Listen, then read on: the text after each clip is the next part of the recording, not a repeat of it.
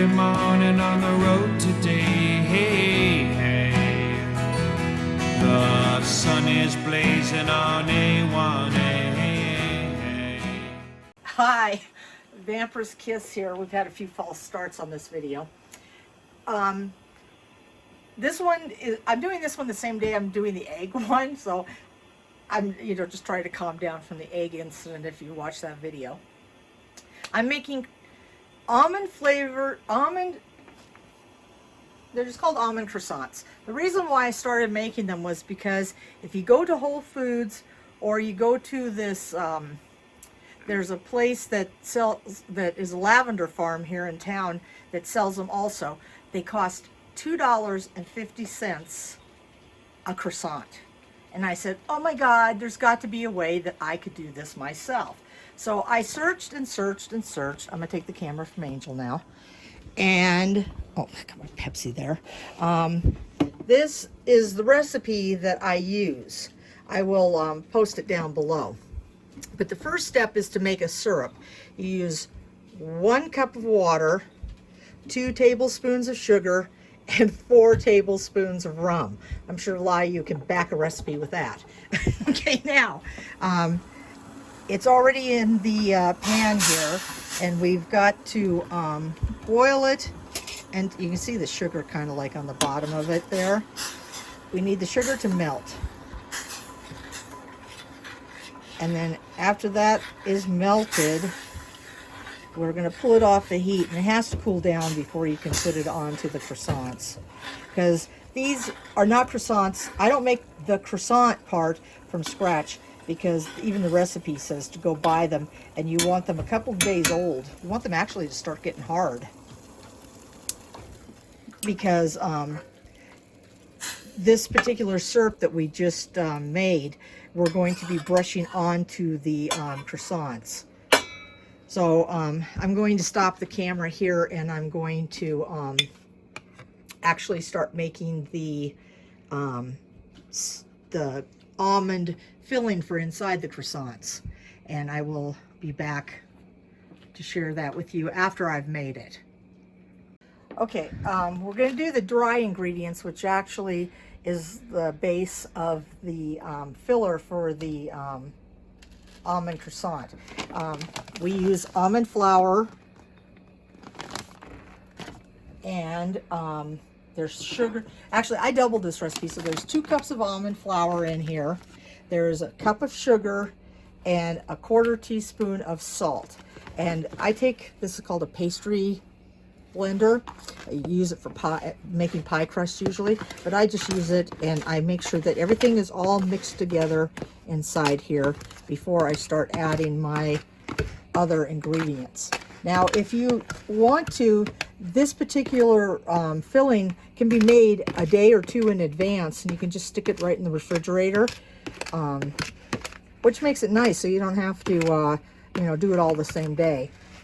So because this recipe is doubled, it's going to take 2 sticks of butter, and this is unsalted butter because you already put salt inside the recipe. It was sitting over by the window, so this is kind of... There you go. Yeah, it's kind of... You want to try to get all the yeah, remaining butter out. Yeah, well, butter's expensive. Yeah.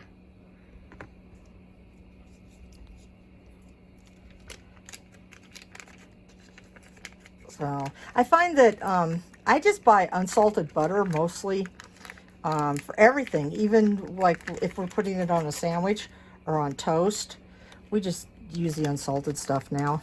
Used to be I always have bought the salted, but when I started cooking more, I was buying the unsalted, and I thought, oh, what's the big deal? Salt's not good for you anyway. So we're going to start mashing this. Can you see what I'm doing? In there, or blending it, I should say. And you see, it reminds me of when my mother used to do pie crust when I was a kid.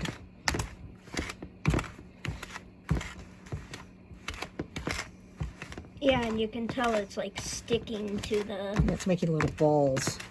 Yeah. Okay. Because of the way you're mashing it. Now, I'm going to crack my eggs. And I am usually, I'm not good at that either. So, There's one egg. one.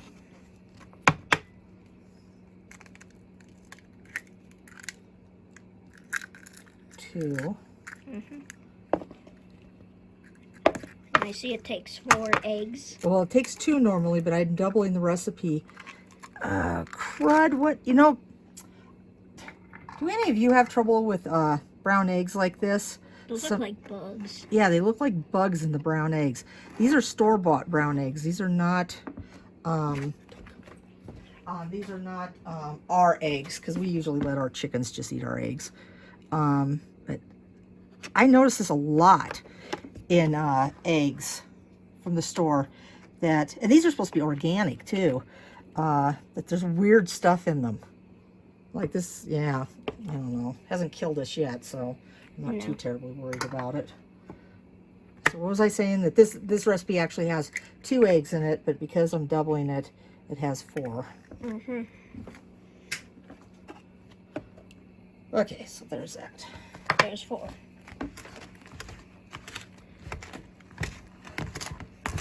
So you want to blend this well, because you want it to look kind of like a, oh,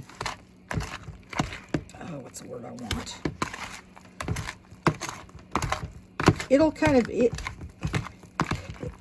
it'll be like, kind of like frosting, just a little looser than frosting. Because, you know, you got the butter in there, and depending on how warm your house is going to be what the butter does. You know, in the wintertime, this would be, well, this is wintertime, but we have our windows open to let the sun in to warm the house, so the house is warmer than usual. But this needs quite a bit of blending because you can see, I can still see chunks of butter in here. Yeah. It actually, excuse me, it actually says to do this with a blender, but I just Use that. yeah, I don't know. I just do most things by hand. I mean, even when I make rolls and things like that, I mix the dough with my fingers. Getting there, getting down and dirty with your food.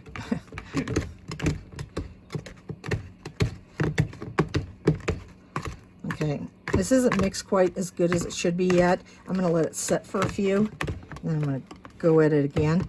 But there's your consistency. You can see that that's kind of like pancake batter. That would be a good example. And that is the consistency you want it when you put it onto the croissants too. So we'll let this I'll set this aside, and we're still waiting for the syrup to cool, and so we'll be back in a little while. Okay, we're back. We're going to fill the croissants now. My croissants I get from Costco. I get them from Costco because I like the way they're so fluffy. And so, fluffy, yeah. So this is what we do. I've already prepared or cut this one. And I don't have a regular brush. All I've got is these silicone brushes, which, to be utterly honest, is not a very good thing to be using with these. Also, I am going to put a disclaimer in here. The recipe says you're supposed to dip this in the alcohol and sugar and water solution. Well, I did that the first time. Mine turned out really soggy and kind of unappealing. And when I made them the second time, I did this, and they turned out far better. So I don't think that you should be doing what the recipe says about, because it says, you know, do it in a quick hurry. Well, I was quick about it. We need to do both sides. Well, wash that, just don't hand it to me. Jamie just found a brush that's a bristle brush. Wouldn't a bristle come out? No, it shouldn't. Okay, so there's the top. Now time for the bottom. Yep. And you know, and this does take a little longer because just to plop them in the solution is a lot faster. But like I said, I did not like the way it turned out. Also, I should say, when you put it onto the cookie sheet, you need to put parchment paper down, because I didn't use parchment paper the first time, and mine also stuck because they were so sloppy is the only thing I can think of. I can't think of anything else. Oh, crud. Did you see what happened? Vampy dropped it. I seen it. Yeah. So this one here is probably, see, and look at that. See how it's all drippy and everything? Yeah, you I can see it. I don't like that. That's also why these are supposed to be older and more dried out. Yeah. So first thing you do is you're supposed to put 2 tablespoons of the batter, or whatever you want to call this. See, it's kind of, you can't be quite as rough with it when you've soaked them, you've let them fall into the solution either. And I put it on both sides, just because that's where I want it, is on both sides. And then I'm doing something different with this batch, because the ones we buy at the place I said that was Lavender Farm, theirs has chocolate in the center.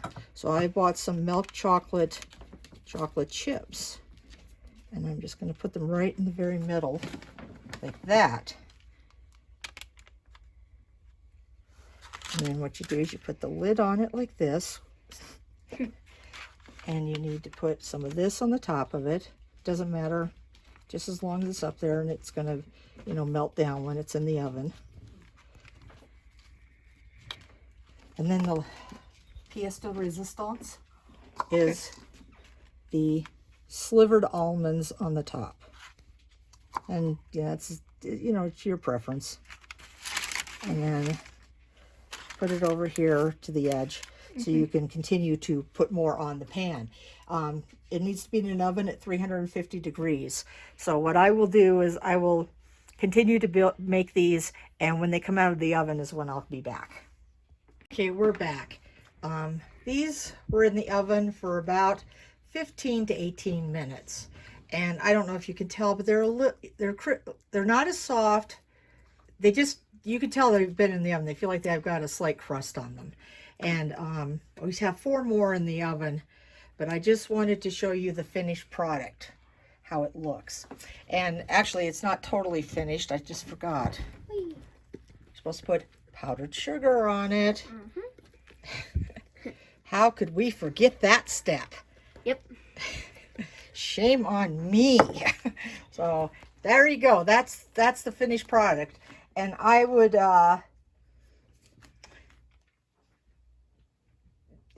anybody that could tell the difference between these and the ones that are made at Whole Foods or the ones that are made at the Lavender Farm, more power to you, because they taste just the same.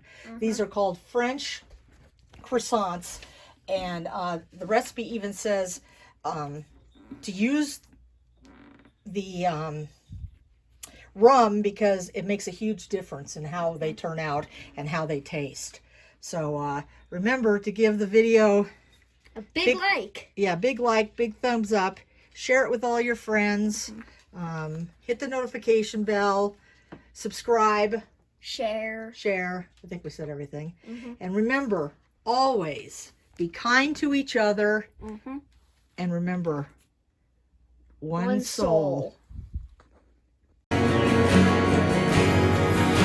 if you go out into the woods today,